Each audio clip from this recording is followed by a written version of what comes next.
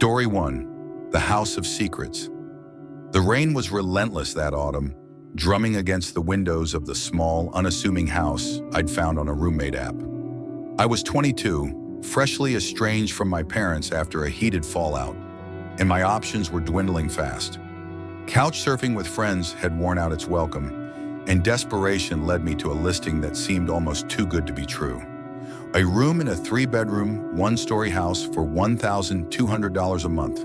The landlord, a man named Luke, promised solitude, noting he'd rarely be home. The ad was laced with strict rules in bold capital letters. No parties, no large gatherings, no drinking in the living room, no use of the basement or attic. Standard enough, I thought, for someone protective of their space. When I arrived to tour the house, Luke greeted me at the door. He was tall, wiry, with a pallor that suggested he rarely saw sunlight. His voice trembled as he spoke, his eyes darting nervously, never quite meeting mine. The house itself was a steal for the price in my area, an open layout with a sprawling kitchen, living, and dining area that flowed seamlessly together. The bedroom was spacious, furnished with a sturdy bed and a dresser that smelled faintly of cedar. Luke reiterated his rules, his tone firm when he mentioned the basement and attic, which he used for personal storage. I nodded unbothered. I needed a place to land, and this was it. We shook hands, no lease, just a month-to-month agreement sealed with a promise to pay cash on the first of every month. Moving in was a breeze. The room came with a lock, and Luke handed me the key, a gesture that felt reassuring at first. I hung my posters, filled the dresser with clothes, and settled into a rhythm. But Luke's claim of rarely being home was a lie. His car was a constant fixture in the driveway, and soon the house began to reveal its unease. At night, the silence was shattered by footsteps, doors creaking, and faint thuds from below. I'd lie awake, heart pounding, convincing myself it was just the house settling. One night around 2 a.m., I crept to the bathroom and noticed the basement door ajar. A dim, flickering light spilled from below, accompanied by rhythmic banging, like metal on wood.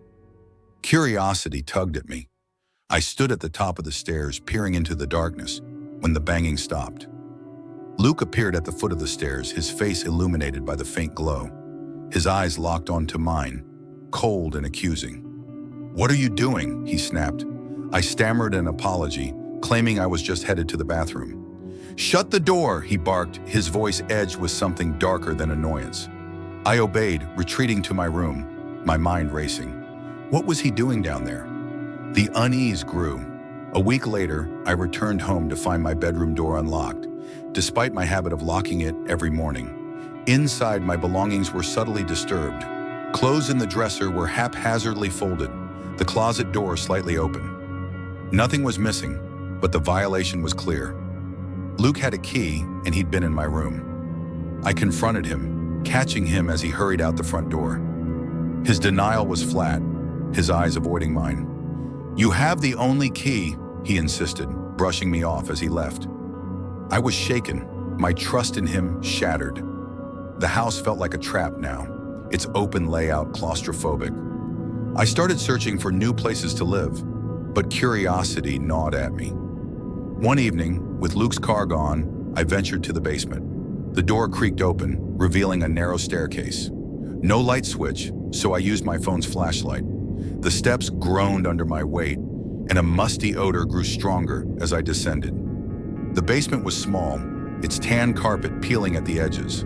A worn couch sat in the center, and a locked door in the corner emitted a foul stench, like sewage, but worse. Cardboard boxes, taped shut, lined the walls. I didn't dare open them. Fear overtook curiosity, and I retreated upstairs, locking my door. That night, I awoke to a floorboard creaking beside my bed. In the dim moonlight, Luke loomed over me, his silhouette menacing. I screamed, and he hushed me, his voice low and threatening. "Did you go in the basement?" he asked. I denied it, my voice trembling. "How did you get in here?" I demanded. He ignored me, repeating, "Are you sure?" I turned the question back on him, accusing him of entering my room. He didn't answer, only muttered, "I think you should find other living arrangements," before slipping out. I packed immediately, heart pounding, and confronted him for a partial refund. His arm extended through a crack in his door, handing me $400 in cash, an eerie final gesture. I slept in my car that night, too shaken to stay. The next day I returned to my parents' house, my pride swallowed by fear. They welcomed me back, and within a month I found a new place. But the memory of Luke's house lingers. The banging, the stench, the locked door. I'll never know what he was hiding, and I'm not sure I want to. Story 2. The Watcher in the Night. My junior year of college was supposed to be a fresh start. I'd moved off campus into a student apartment, assigned a roommate named David through the university's housing system. He was charming at first, polite, with a disarming smile and a knack for small talk. The apartment was modest but functional, with 2 bedrooms, a shared bathroom, and a cramped living area. David seemed like the ideal roommate, but beneath his friendliness lurked something unsettling. It started with his curiosity. David would linger in my room, asking probing questions about my family, my classes, my past. His fingers would graze my books or desk items as if claiming familiarity. I brushed it off as quirky, but it left a sour taste. Then came the noises. Late at night, muffled voices and shuffling sounds emanated from his room. I told myself it was just him on the phone or watching videos, but the irregularity of it gnawed at me. One sleepless night, the sounds were louder, whispers, almost rhythmic. Unable to ignore it, I crept to his door and pressed my ear against it. The whispering was clear now, David's voice low and fervent, as if speaking to someone or something. My name slipped from his lips. Jeff, sharp and deliberate. My blood froze. Did he know I was there? I retreated to my room, heart racing, and locked the door. The whispers stopped, leaving only silence. David's behavior grew stranger. His glances were furtive, his movements cautious, like he was hiding something. The noises persisted, and one night I woke to whispers outside my door. I froze, listening as they ceased, only for David to say my name again. Jeff, softly, as if testing me. I called out, "You good?" No response, just footsteps retreating. The next night, I awoke to my bedroom door closing, David's silhouette vanishing into the hallway. My lock was useless. He had access. I confronted him the next day, suggesting he might be sleepwalking. His hesitation was telling, but he admitted to occasional sleepwalking, his smile strained. I didn't believe him. Driven by unease, I waited until he left for class and searched his room. His space was tidy, almost sterile, but in a hidden drawer at the back of his closet, I found a nightmare.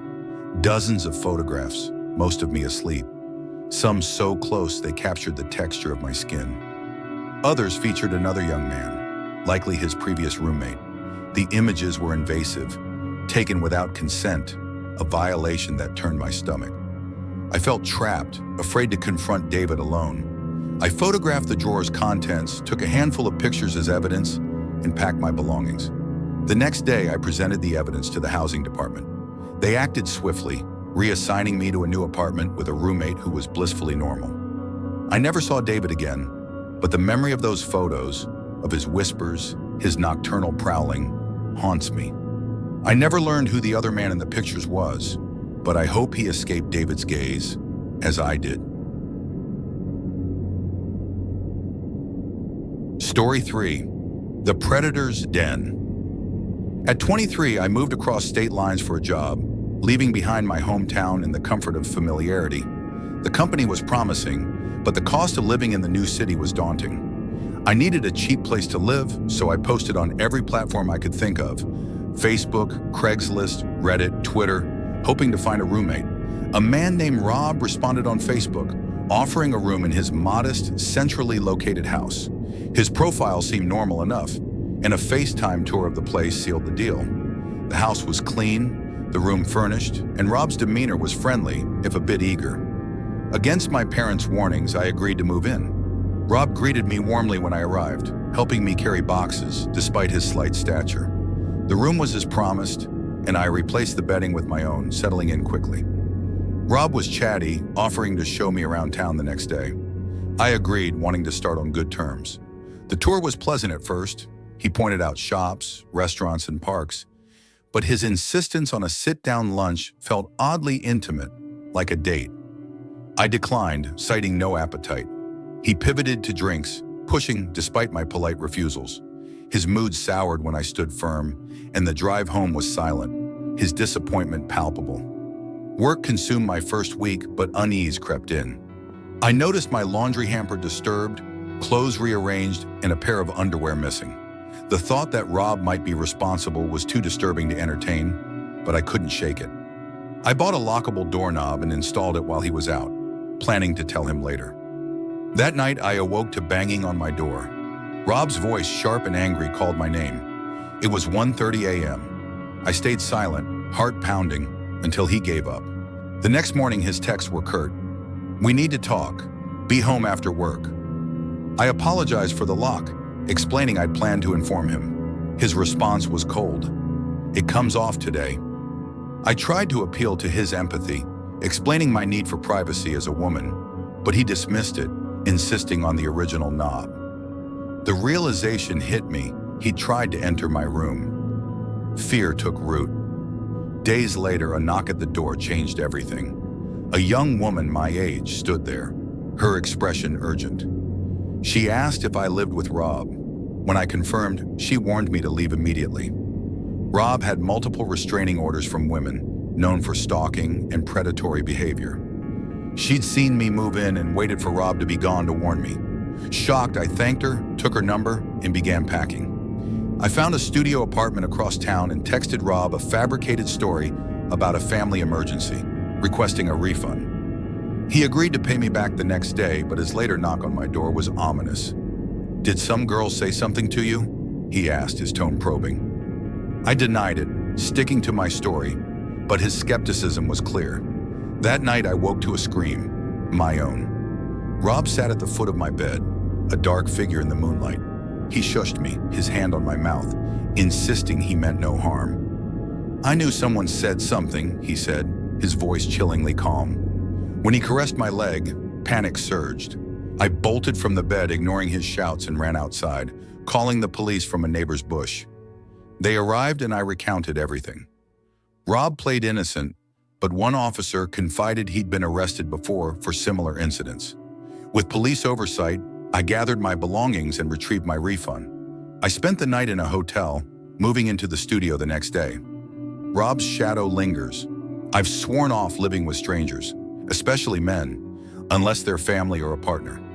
The girl who warned me became a friend, her courage saving me from a predator's den. I'm back in my hometown now, but the memory of that house, of Rob's touch, his denial, still wakes me in the night.